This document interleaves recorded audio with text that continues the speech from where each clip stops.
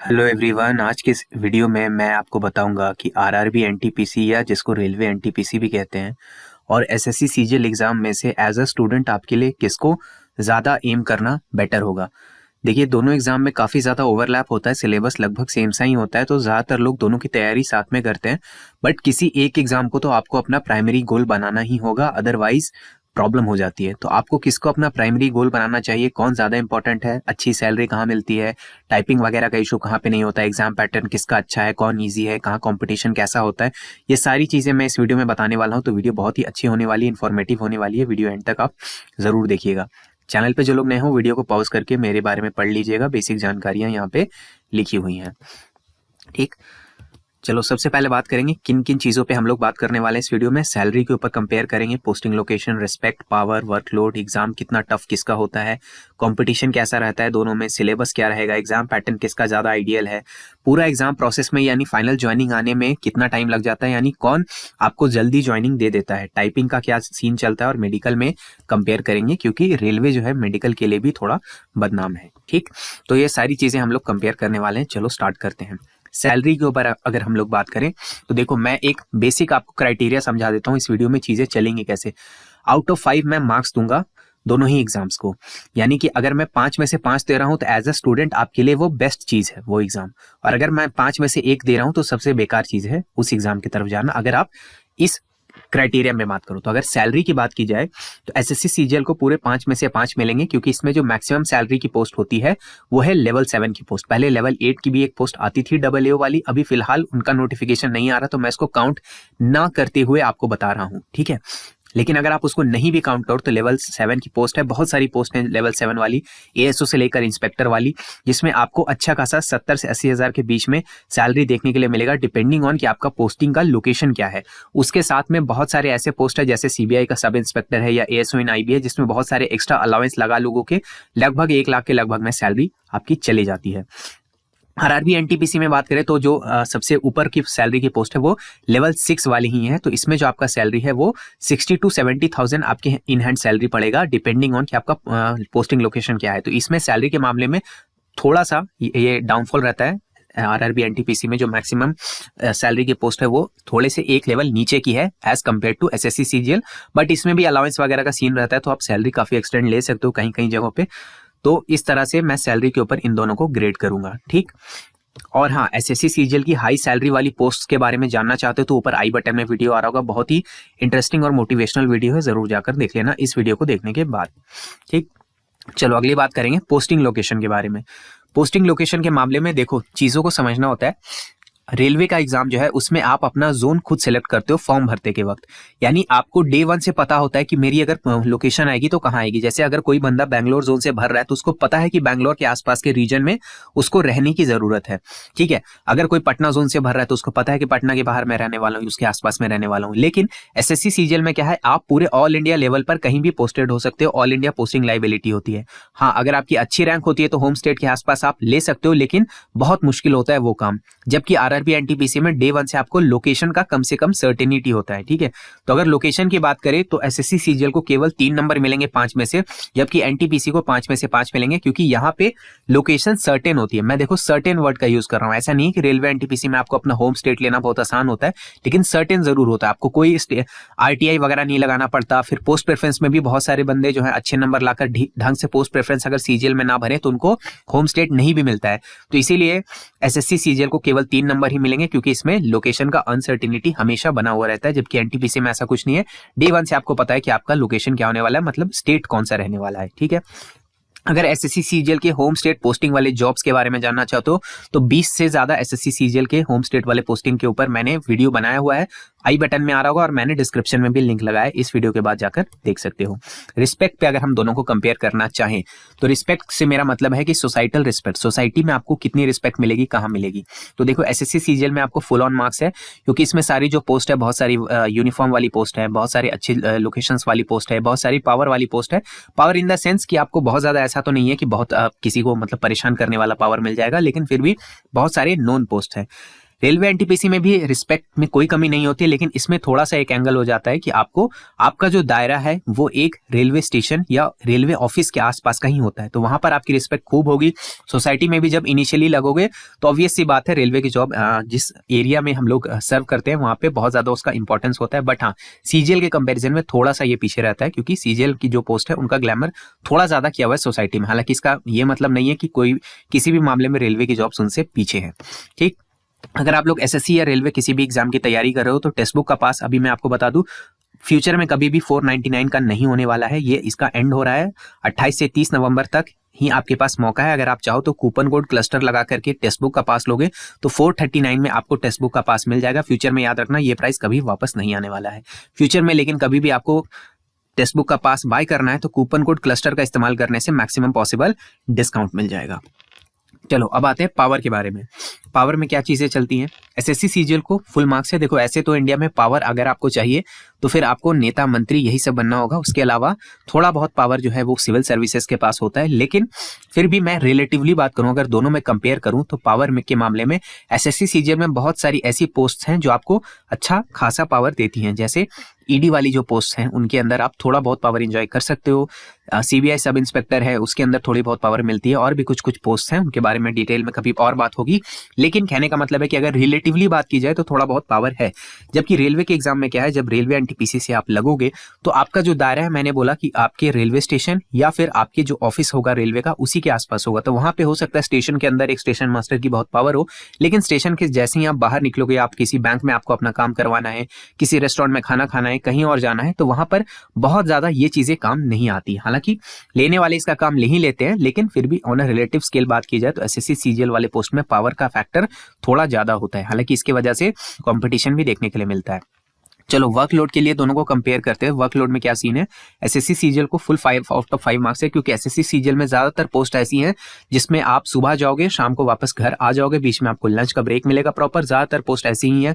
बहुत सारी पोस्ट ऐसी है जिसमें आप बहुत कम वर्कलोड, यानी दिन में 3-4 घंटे 5 घंटे काम करके थोड़ा रिलैक्स भी कर सकते हो। बहुत ज्यादा वर्कलोड वाली पोस्ट इसके अंदर नहीं है। हाँ, एक्सेप्शंस 2-4 जरूर है, जैसे सीबीआई का सब इंस्पेक्टर है उसके अंदर, या फिर ईडी वाले पोस्ट में भी थोड़ा वर्कलोड ज्यादा रहता है। बट कहीं पे भी ऐसा वर्कलोड नहीं रहेगा जैसा रेलवे एनटीपीसी की बहुत सारे पोस्ट में होता है। देखो, रेलवे एनटीपीसी में भी 1-2 पोस्ट है, जैसे आपके अकाउंट जेए वाला जो पोस्ट है उसके अंदर आप थोड़ा कम वर्कलोड होता है, उसके अंदर इस तरह की चीजें नहीं चलती। लेकिन बहुत सारे ऐसे पोस्ट है एनटीपीसी में जिसमें आपको सैटरडे को जाना पड़ सकता है।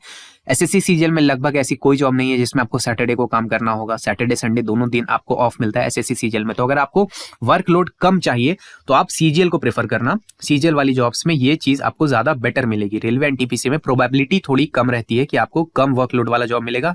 साथ में एनटीपीसी में नाइट शिफ्ट वाली पोस्ट भी होती हैं, तो अगर आपको गलती से वो मिल गई तो फिर और समस्या हो सकती है। बहुत सारी ऐसे पोस्ट भी हैं जिसमें आपको अपने स्टेशन या ऑफिस के आस ज्यादा दूर तक आप रूम नहीं ले सकते, तो आपको उसके आसपास ही रहना होता है। ये सारे कंस्ट्रेंट्स होते हैं, इसलिए वर्कलोड के मामले में एनटीपीसी उतना बेटर चॉइस नहीं है। अगर आप फर्दर प्रिपरेशन करना चाहते हो या इन जनरल आप फैमिली लाइफ एंजॉय करना चाहते हो तो आप सीजीएल को ज्यादा प्रीफर करना। हालांकि एनटीपीसी में भी अच्छे नंबर लाओगे तो आपको 2-3 पोस्ट हैं जिसमें वर्कलोड कम होगा, लेकिन ज्यादातर पोस्ट में आपको थोड़ा सा दिक्कत होगा। ठीक, एग्जाम टफनेस के ऊपर अगर बात करें कि कौन सा एग्जाम ज्यादा टफ होता है, किसके अंदर ज्यादा टफ सवाल बनाए जाते हैं जिसका पैटर्न थोड़ा सा स्टूडेंट के लिए खराब हो, तो अगर सीजीएल की बात की जाए, अगर आप इंग्लिश अच्छे से नहीं जानते हो, अगर आप इंग्लिश मीडियम बैकग्राउंड से नहीं हो तो सीजीएल थोड़ा सा आपके लिए टफ होता है। ठीक है, बट इसके अंदर जीके का फैक्टर बहुत ज्यादा नहीं है, तो जीके में आपको पता है लक का बहुत बड़ा गेम हो जाता है। जबकि एनटीपीसी की बात की जाए तो अगर आप इंग्लिश मीडियम से नहीं हो लेकिन जीके वगैरह का इसमें बहुत बड़ा फैक्टर होता है, तो अगर आप जीके अच्छे से नहीं रट सकते, जनरल अवेयरनेस जनरल साइंस आपका सही नहीं है, तब एनटीपीसी में बहुत प्रॉब्लम हो जाएगी। क्योंकि मेंस के अंदर जो इसका मेंस का एग्जाम है इसके अंदर जीके का अच्छा खासा वेटेज होता है, इसके वजह से थोड़ा सा टफ पड़ जाता है क्योंकि जीके ज्यादा है। अदरवाइज क्वेश्चंस के लेवल में देखोगे तो मैथ्स वगैरह में सीजीएल ही थोड़ा सा 19-20 का फर्क है, लेकिन थोड़ा सा ऊपर लेवल का क्वेश्चन सीजीएल के अंदर ही होगा। बट फिर भी ऑन एन एवरेज सीजीएल अच्छे लेवल का है, आपके लिए बेटर चॉइस हो सकता है अगर आप इंग्लिश में कंफर्टेबल हो। अगर इंग्लिश में कंफर्टेबल नहीं हो फिर सीजीएल आपके लिए अच्छा चॉइस नहीं है, फिर आपको एनटीपीसी के साथ जाना चाहिए, क्योंकि एनटीपीसी में इंग्लिश होती ही नहीं है। ठीक है, इंग्लिश का कोई टेंशन नहीं है, कोई लफड़ा नहीं है, कंप्यूटर वगैरह का कोई इशू नहीं है। सीजीएल में आपको थोड़ा कंप्यूटर भी पढ़ना पड़ेगा, आपको इंग्लिश में भी अच्छी कमांड होनी चाहिए, जीके भी आपका काम चलाओ से थोड़ा ऊपर लेवल का होना चाहिए, और मैथ्स रीजनिंग तो परफेक्ट होनी ही चाहिए। तो एग्जाम टफनेस के मामले में दोनों लगभग बराबर है।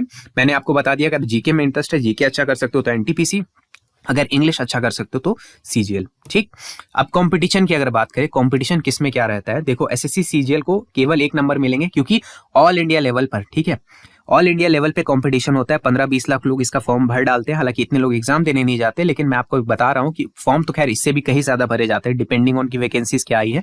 तो लाखों लोगों से आपको कम्पीट करना है, ऑल इंडिया लेवल पे कम्पीट करना है, ठीक है।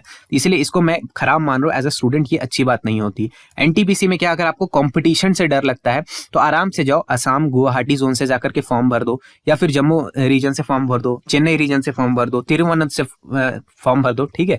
तो ऐसी जगहों से क्या है कि कंपटीशन आपको थोड़ा रिड्यूस होता मिलेगा। इसका मतलब ये नहीं है कि एनटीपीसी बहुत हलवा एग्जाम है और आसानी से क्रैक किया जा सकता है, ऐसा मैं बिल्कुल भी नहीं बोल रहा हूं। बट एनटीपीसी में अगर आप चाहो तो पर सीट जितने बच्चे फाइट कर रहे हैं उसको रिड्यूस कर सकते हो, ये ऑप्शन आपके हाथ में होती है। आप किसी ऐसे स्टेट से, किसी ऐसे रीजन से, बहुत सारे लोग मुंबई से इसीलिए फॉर्म भरते हैं, अहमदाबाद रीजन हो गया, इस तरह के कई सारे रीजन होते हैं जहां से अगर आप फॉर्म भरोगे तो नंबर ऑफ कैंडिडेट्स जो एक सीट के लिए फाइट कर रहे हैं वो बहुत रिड्यूस हो जाते हैं।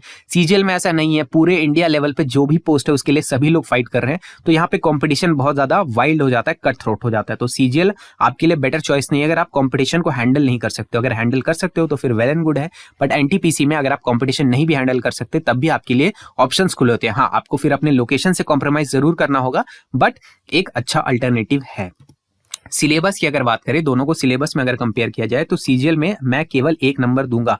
प्रॉब्लम क्या है इसके अंदर, आपको कंप्यूटर भी पढ़ना पड़ेगा, जीके भी पढ़ना पड़ेगा, इंग्लिश भी पढ़ना पड़ेगा, रीजनिंग, मैथ्स, ये सारी चीजें करनी पड़ेंगी, और इंग्लिश का एक अच्छा खासा चंक आपको करना पड़ेगा। नॉन इंग्लिश मीडियम बच्चों के लिए ये थोड़ा सा प्रॉब्लमैटिक होता है। एनटीपीसी में क्या है, टीयर 1 और टीयर 2 यानी सीबीटी 1 सीबीटी 2 के सिलेबस में बहुत ज्यादा फर्क भी नहीं है, यानी जो चीजें आप पढ़ोगे वही आपको सेम काम आ जाएंगी। आपको पढ़ना है केवल क्या, जीके पढ़ना है, थोड़ा बहुत साइंस पढ़ना है, उसके साथ आपको रीजनिंग पढ़नी है, मैथ्स पढ़नी है। इतने काम अगर आप कर लोगे तो ये सिंपल सिलेबस के साथ आप एग्जाम को क्रैक कर सकते हो। हाँ, रेयर ओकेजन्स पे कुछ कंप्यूटर के सवाल भी आ सकते हैं, बट उनका वेटेज उतना बड़ा नहीं होता जितना सीजीएल के अंदर होता है, ठीक है। तो सीजीएल में सिलेबस थोड़ा सा स्टूडेंट के फेवर में नहीं है, साथ में टीयर 1 और टीयर 2 के सिलेबस में थोड़ा डिफरेंस भी कर रखा है इन्होंने, ठीक है। तो अगर आप सिलेबस ज्यादा हैंडल नहीं करना चाहते, आपको चाहिए कि मैं लिमिटेड सिलेबस को बार बार पढ़ूं, अच्छे से रिवाइज करूं, उसमें अपनी कमांड अच्छी करूं, तो आप एनटीपीसी के साथ यानी रेलवे एग्जाम के साथ जा सकते हो। हालांकि बहुत ज्यादा दोनों में डिफरेंस नहीं है, बट हाँ, सीजीएल थोड़ा सा सिलेबस के मामले में मात खाता है। अगर एग्जाम पैटर्न के ऊपर दोनों को कंपेयर किया जाए कि एग्जाम पैटर्न किसका ज्यादा फेवरेबल है एज अ स्टूडेंट, तो सीजीएल वाले जो एग्जाम है उसके अंदर मैं सिर्फ 2 मार्क्स दे रहा हूं और एनटीपीसी को 4 दे रहा हूं। रीजन इसका आपको समझना चाहिए। देखो, सीजीएल का जो एग्जाम पैटर्न है इसके अंदर आपको एक तो टीयर 1 का एग्जाम देना होता है, उसके बाद टीयर 2 का एग्जाम देना होता है। टीयर 2 में भी आपको कंप्यूटर को भी हैंडल करना होता है, कंप्यूटर का क्वालिफाइंग पेपर बहुत सारे बच्चों के लिए अनकंफर्टेबल हो जाता है। फिर उसी दिन पेपर देने के तुरंत बाद आपको टाइपिंग भी करनी होती है, तो आप ऐसे ही थके हुए, आपका दिमाग थोड़ा सा डिस्टर्ब है, उस समय पर ही आपको टाइपिंग भी करना होगा। तो ये सारी चीजें बहुत सारे लोगों के लिए अनकंफर्टेबल सी हो जाती हैं, ठीक है। जबकि एनटीपीसी में क्या है, आपको टाइम भी ज्यादा मिलता है। एक तो पेपर अटेम्प्ट करने के लिए जो सीजीएल का एग्जाम है उसमें आपको केवल 1 घंटे मिलते हैं, इसमें 1.5 घंटे मिलते हैं। तो टीयर 1 में इसमें टाइमिंग का भी प्रॉब्लम नहीं आता। हाँ, सीबीटी 2 में थोड़ा सा टाइमिंग का इशू रहता है, लेकिन उसके बाद आपकी टाइपिंग कराई जाती है, यानी कि सेम डे पे आपको टाइपिंग वगैरह का इशू नहीं आता। तो एग्जाम पैटर्न के मामले में एनटीपीसी थोड़ा सा ज्यादा फेवरेबल है एज कम्पेयर टू सीजीएल, ठीक है। अब बात करेंगे कि पूरा एग्जाम का प्रोसेस खत्म होने के लिए कितना समय लग जाता है, यानी कि बहुत सारे बच्चों को होता है कि हमें जल्दी ज्वाइनिंग चाहिए। ऐसा नहीं कि एग्जाम हो गया फिर 1-1.5 साल के बाद ज्वाइनिंग आ रही है। तो यहाँ पे ध्यान दो, सीजीएल का एग्जाम है, आराम से 1 साल में के अंदर अंदर उससे कम समय में अपना पूरा प्रोसेस को कंप्लीट कर लेता है, यानी कि नोटिफिकेशन निकालने से टीयर 1 टीयर 2 करवाने तक सारी चीजों को लास्ट 2-3 साल से ये लोग बहुत अच्छे तरीके से मैनेज कर रहे हैं। उसके बाद ज्वाइनिंग भी बहुत फास्ट आ रही है ज्यादातर डिपार्टमेंट्स के अंदर, ठीक है। 4-5 एक्सेप्शन इसके अंदर भी बंदे आ ही जाएंगे कमेंट में बोलने के लिए, लेकिन अब आप भाई डिफेंस वाली पोस्ट लोगे तो ये प्रॉब्लम आएगी ही आएगी, ठीक है। तो सीजीएल में सारी चीजें स्ट्रीमलाइन चलती हैं, इसमें टाइम का कोई इशू नहीं होता कि बहुत ज्यादा टाइम लग जाएगा, आपको ज्वाइनिंग के लिए बहुत इंतजार करवाएंगे। बट रेलवे एनटीपीसी का ट्रैक रिकॉर्ड बहुत ही घटिया रहा है। पिछले बार का जो एनटीपीसी हुआ है आप सब देख ही सकते हो कि 2019 के लगभग में उसकी नोटिफिकेशन को पब्लिश किया गया था और 22-23 तक उसकी प्रोसेस ही चल रहा है। बहुत सारे लोगों की ज्वाइनिंग ही चल रही थी 22 आते आते तक, ठीक है। तो इसीलिए बहुत ज्यादा टाइम टेकिंग है रेलवे का ट्रैक रिकॉर्ड अच्छा नहीं है इस मामले में, मैं इसको केवल 1 नंबर दूंगा, क्योंकि इसमें एक तो ट्रांसपेरेंसी का भी इशू है, फिर बहुत सारे प्रॉब्लम्स भी हो जाते हैं, रिक्रूटमेंट सही से ये लोग नहीं कंडक्ट करवा पाए थे लास्ट टाइम में, ठीक है, बहुत डिले हुआ था। सही से नहीं करवाने का मतलब है कि डिले बहुत ज्यादा हुआ था, फिर ज्वाइनिंग में, मेडिकल में और चीजों में भी बहुत सारा डिले और बहुत सारे इशूज देखने के लिए मिले थे। तो ये एक अच्छा ऑप्शन नहीं है अगर आप डिले वगैरह के साथ कंफर्टेबल नहीं हो, आपको बहुत जल्दी जॉब चाहिए, तो मुझे लगता है कि आपको सीजीएल के साथ जाना चाहिए, क्योंकि यहाँ पे सब कुछ वेल डिफाइंड है और अच्छे से हो रहा है, ट्रांसपेरेंसी मेंटेन की जाती है। ठीक, अगर टाइपिंग के ऊपर बात करें, बहुत सारे बच्चे टाइपिंग में अनकंफर्टेबल होते हैं, तो सीजीएल में आपको जो टाइपिंग करनी होती है 27 वर्ड्स पर मिनट की होती है, इजी टाइप की ही टाइपिंग होती है, ये बहुत ज्यादा ऐसा नहीं कि आपके लिए फेवरेबल ना हो, लेकिन सीजीएल में एक ड्रॉबैक होता है कि सीजीएल में आप टाइपिंग को अवॉइड नहीं कर सकते। यानी कि अगर एसएससी सीजीएल में आपको कोई भी जॉब चाहिए, छोटी से छोटी, बड़ी से बड़ी, कोई भी जॉब चाहिए, तो आपको टाइपिंग करना ही करना पड़ेगा, मैंडेटरी है, क्वालिफाई करना ही होगा, इससे बच नहीं सकते, हिंदी हो या इंग्लिश हो। पर एनटीपीसी में क्या है, बहुत सारी नॉन टाइपिंग वाली पोस्ट है, तो बहुत सारी ऐसी पोस्ट है जिसमें आपको टाइपिंग नहीं भी दोगे तो चल जाएगा, ठीक है, यानी टाइपिंग देने की जरूरत ही नहीं होती। बहुत सारे पोस्ट है जिसमें मैंडेटरी होता है, बहुत सारे है जिसमें नहीं देना होता है, ठीक है। तो एनटीपीसी में आप टाइपिंग से बच सकते हो, सीजीएल में नहीं बच सकते। हालांकि ये टाइपिंग बहुत डिफिकल्ट नहीं है, सीजीएल वाली टाइपिंग आप आसानी से इसको सीख सकते हो। एनटीपीसी भी की जो टाइपिंग है वो भी सीजीएल के कंपैरिजन में थोड़ी सी ऊपर लेवल की, स्लाइटली अप लेवल की है, लेकिन ऐसा नहीं है, क्योंकि एनटीपीसी में आप बहुत सारे टाइपिंग से बच सकते हो, इसलिए मैंने इसको फुल मार्क्स दिया। तो अगर आपको टाइपिंग से डर लगता है तो फिर मेरे हिसाब से आपको एनटीपीसी के साथ जाना चाहिए, लेकिन सीजीएल में की भी जो टाइपिंग है वो बहुत ज्यादा डिफिकल्ट नहीं है। अगर फाइनली बात करेंगे मेडिकल के ऊपर, मेडिकल का देखो, सीजीएल में 5 आउट ऑफ 5 मार्क्स से ज्यादातर पोस्ट जो है इसमें कोई टफ मेडिकल नहीं लिया जाता, नॉर्मल आपकी चीजें चेक होती है, किसी भी हेल्दी अडल्ट में जो चीजें होती है वो चल जाती हैं। इसमें बहुत सारे ऐसे पोस्ट हैं जिसमें आपका कलर ब्लाइंडनेस का कोई इशू नहीं है, चश्मे लगाते हो कोई इशू नहीं है, ज्यादातर पोस्ट में आईज वगैरह का कोई मेजर इशू नहीं होता है, कोई प्रॉब्लम नहीं आती है। जबकि एनटीपीसी अपने मेडिकल को लेकर के बहुत स्ट्रिक्ट है। एक तो ये आपको बाहर से मेडिकल करके लाने की परमिशन नहीं देते, इनका अपना जो अस्पताल होता है उसके अंदर ये मेडिकल करवाते हैं, बहुत स्ट्रिक्ट वगैरह चीजों से करवाते हैं, और बहुत सारे लोग रिजेक्ट भी होते हैं। इसमें बहुत सारी ऐसी पोस्ट है जिसमें आईज वाली चीजें, खासकर आंखों के ऊपर बहुत ज्यादा इंफेसिस होता है, क्योंकि रेलवे का काम ही उस तरह का है।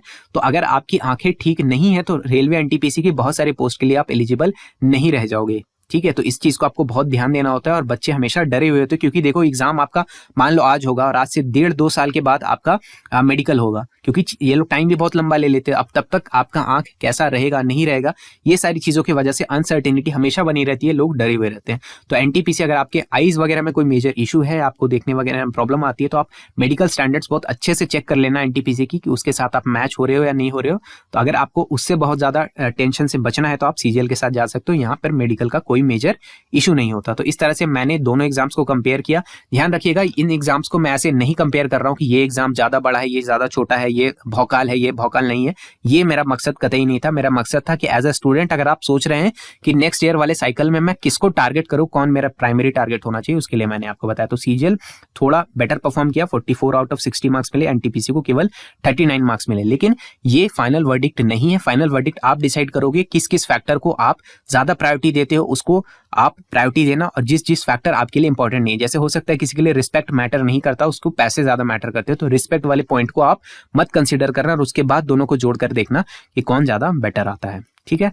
तो आई होप आप इस वीडियो से कुछ वैल्यूएबल जानकारी लेकर जा रहे हो। अगर वीडियो अच्छा लगा तो वीडियो को लाइक कर सकते हो, दोस्तों के साथ शेयर कर सकते हो, और अपने थॉट्स कमेंट सेक्शन में सभ्य भाषा में कमेंट भी कर सकते हो। टेक्स्ट बुक का पास मैं आपको दोबारा याद दिला दूं कि 499 में आप इसका पास कभी भी अवेलेबल नहीं होगा। फ्यूचर में कभी भी ले रहे हो या 28 से 30 के बीच में ले रहे हो तो कूपन कोड क्लस्टर का इस्तेमाल कर लेना, मैक्सिमम पॉसिबल डिस्काउंट मिल जाएगा।